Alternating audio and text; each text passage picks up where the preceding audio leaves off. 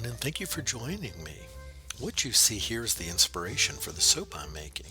This is a mosaic vase my mother made back in the 70s, made out of broken pottery and bowls, and I think some marbles and just various different things in here. And it's not very fancy, but it's one of those items that I cherish, and I thought, why not try to make a soap based on that?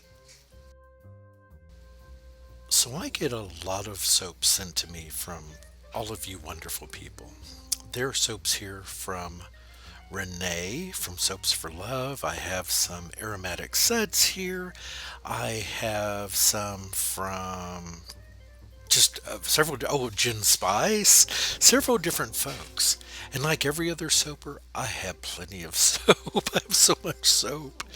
So it came to me that I could create a lovely mosaic soap as sort of a tribute to all of you and to my mom, sort of at the same time, which is sort of a really cool thing, right? So, what I've done is I've cubed several soaps here. This isn't all of them either. I just wanted to show you a few that I've done here. I actually have about 30 different soaps that I've cubed up here. And you can see that they pick up many of the colors here in this vase. And that was it. There's not much more to it than that. So let's get started. Now, the colorant for we'll call this the mortar that all of the mosaic will be in, is various different colors here. I've got three different clays here. I have some yellow oxide, gold oxide in here as well. I was trying to make it similar to what was in the vase without using any kind of micas. Now, what I haven't mentioned yet is that initially this soap was a fail, and you're going to see it here. There's a fail and then a recovery. And even the recovery is somewhat auspicious. It's not a perfect soap by any stretch, but it's fun. I had a lot of fun doing this, and this was just something I wanted to do to relax, and it worked. I relaxed. But you'll have to be the judge of the ultimate results. But with this first one, I will tell you that I cut it wrong. What do I mean by that? Well, I knew the wire wouldn't cut through it because these are cured soaps here. It would just break my wire. So I decided to use an old soap cutter that I had, but it was really too dull.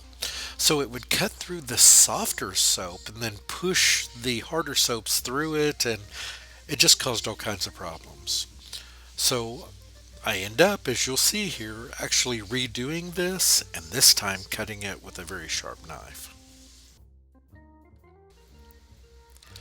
So I'm just showing you here, this was the first cut when I realized this wasn't going to work. And that's the soap cutter that I'm using, which is basically just a bench knife, what you use to scrape your flour and things off the counter.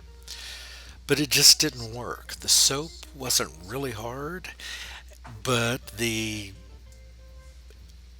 mosaics, the little chips inside were. So it was kind of pushing those through and breaking the soap apart. And I'll show you a few more cuts here, but basically it was a big fail.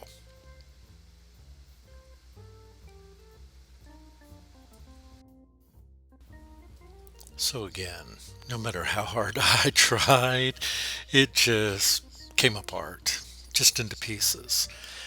And yeah, just not good. So I, at this point, had already decided this is a fail. It was just not working. So back to the drawing board, or the drawing pot in this case. So yeah, I just loaded it up, chunks and all, into the crock pot and cooked it down for a bit with about a cup of water. Didn't need too much because, well, the soap was still moist. That's why it just breaks down so easily here. And then I just added additional chunks. I decided to go for it.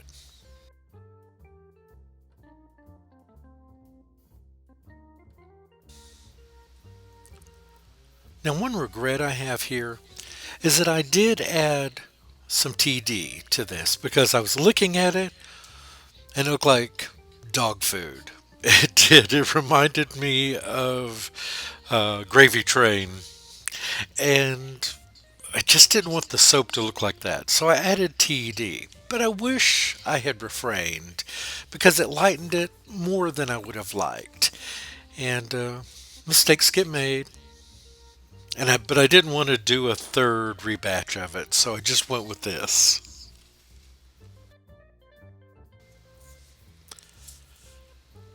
And I simply added that cutting board there just to facilitate getting it in the mold without making too big of a mess. Because it is so chunky and thick, I didn't want to try pouring it in, so I just decided to scoop it in a spoon at a time.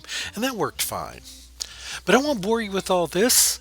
Let's get to the cut. Now I built up the top on this a bit, and after I cut it, I didn't really like it. And yes, I'm cutting crooked there. I can see that on camera. I didn't notice it while I was cutting it. But this was just for fun anyway. I really did do this just to relax. And this will be soap I use. I won't sell it. I may give a bar away or something, but it's not for any purpose other than just something enjoyable to do.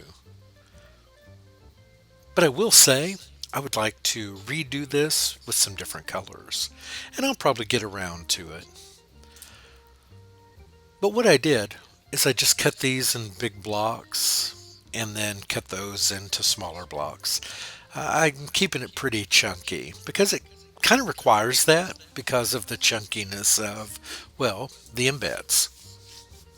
Too thin, and you really wouldn't get, I don't think, as good a sense of the different colors. And I didn't put tons of thought into the cutting. I should have been more careful, perhaps, but I really like some of the colors that came out, and I hope you do too. But thank you, everyone. I hope you're going to watch tomorrow's video. I'm doing a collaboration with my dear friend Jen Spice. She's going to be doing a video on her channel, and I'm doing one over here. And we're just kind of collaborating on a design that we both discussed.